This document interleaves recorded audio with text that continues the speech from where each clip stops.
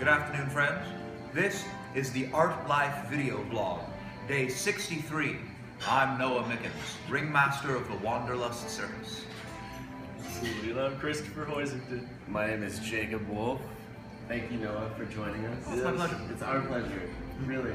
I'm completely out of my experience realm right here. Yeah. I have no idea.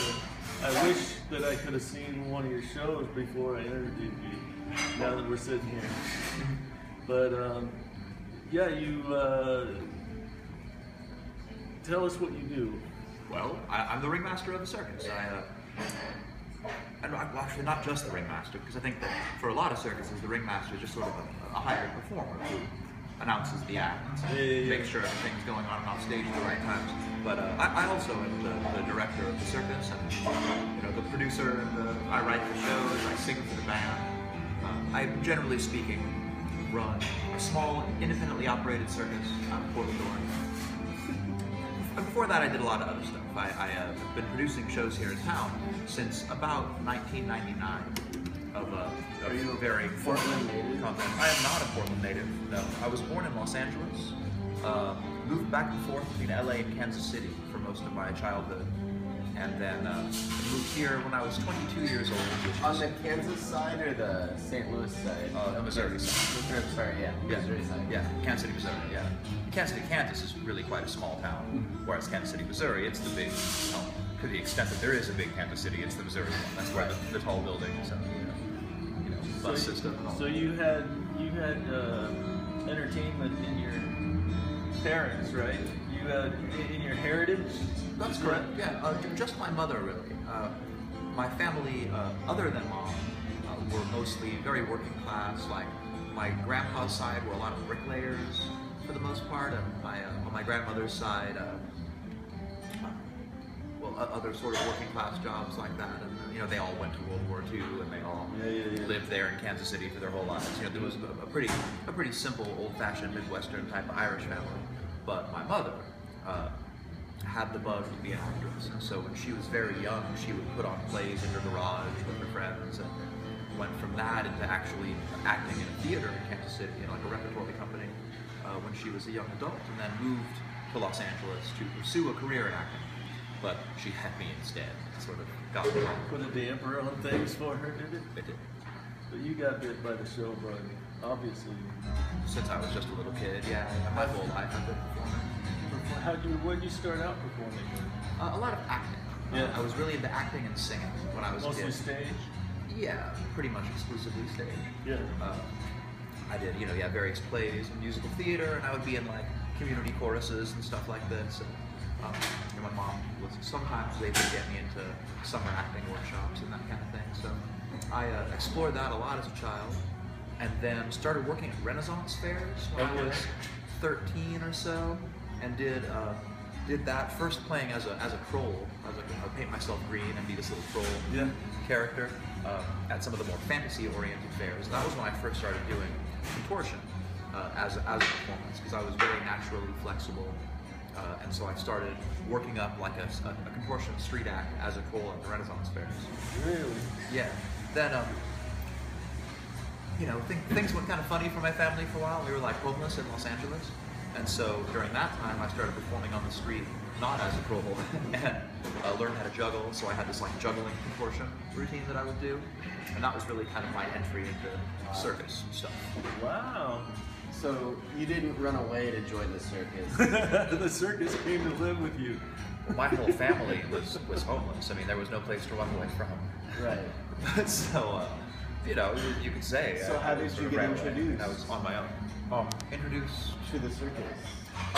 When I was doing my street show, I wasn't part of a circus. It was just me and some friends. There were some other folks around that were around my age, and a couple of magicians that I did a show with for a while that were just, teenage buddies of mine, and some stuff like that. But I never have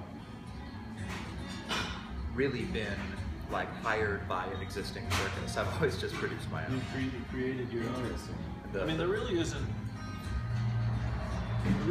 a whole lot of circus activity going on anymore.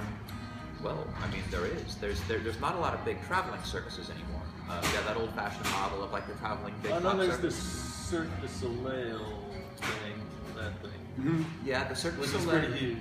It's the biggest entertainment company in the world. Yeah. And they double in size every year. Like they're getting bigger and bigger. So yeah, Cirque du Soleil is huge. And then even outside of Cirque du Soleil, you've got all these directors that have gotten their start with the Cirque and then moved on and are doing their own shows, like Franco Dragone and Guy Lalubert. And these guys are like old classic era Cirque du Soleil directors that have their own whole operations now that are also big and international, running multiple shows all the time.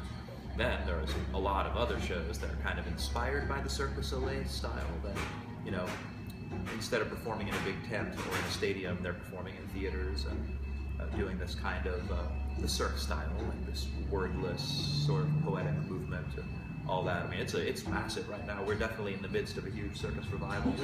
Yeah, and then there's a lot of people doing what I do too that are one step further down from that, but again, it's like these small, independently operated circuses that travel around the theaters and festivals. A lot of it in this kind of West Coast festival scene has a strong circus element as well, and that's starting to spread to other parts of the country and all over the world. Circus is huge in Europe and Australia, and Canada, and Japan, and China. I mean, it's South America, like everywhere. This is undeniably right now in the early 21st century. We're seeing a huge circus revival. And do you bring something unique to that?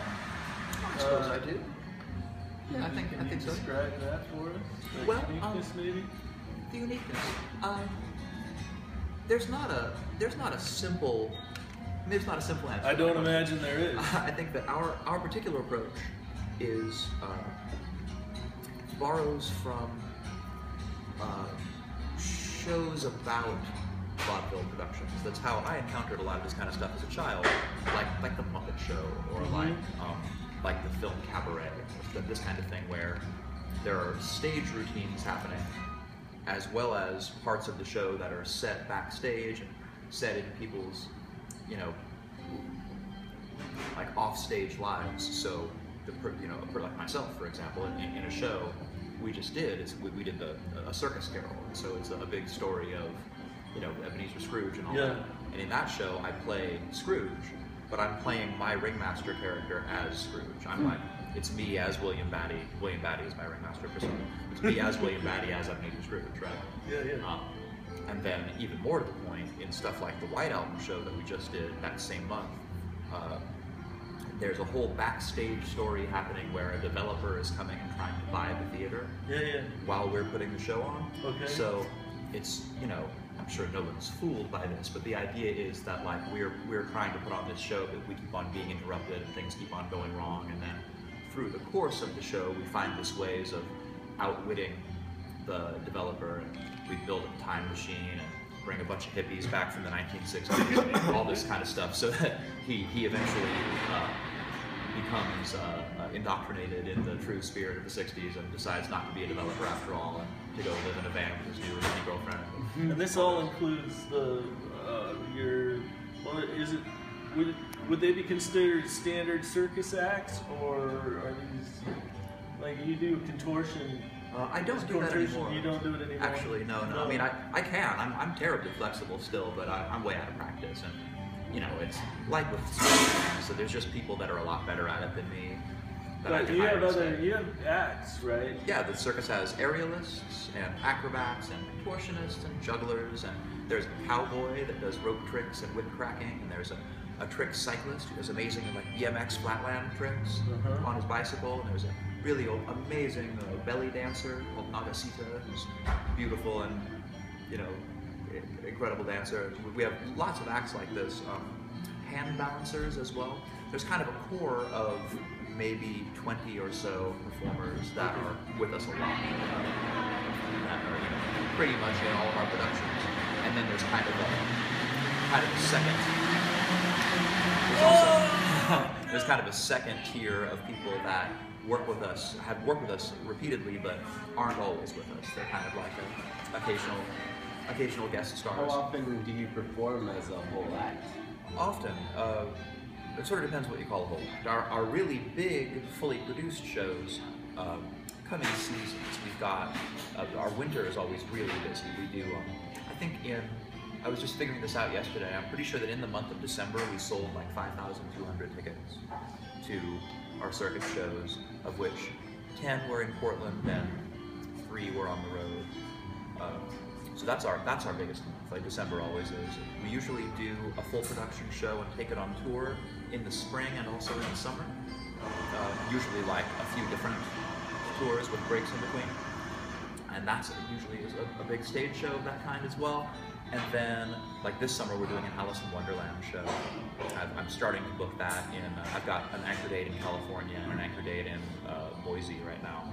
And I'm just trying to get a few more of those so that'll give us the basic shape of the tour, and then so you guys load up in buses and trucks and on to the next town. We do. We've got one bus that's we always use, and then there's a second bus that we sometimes use if we need extra loading space.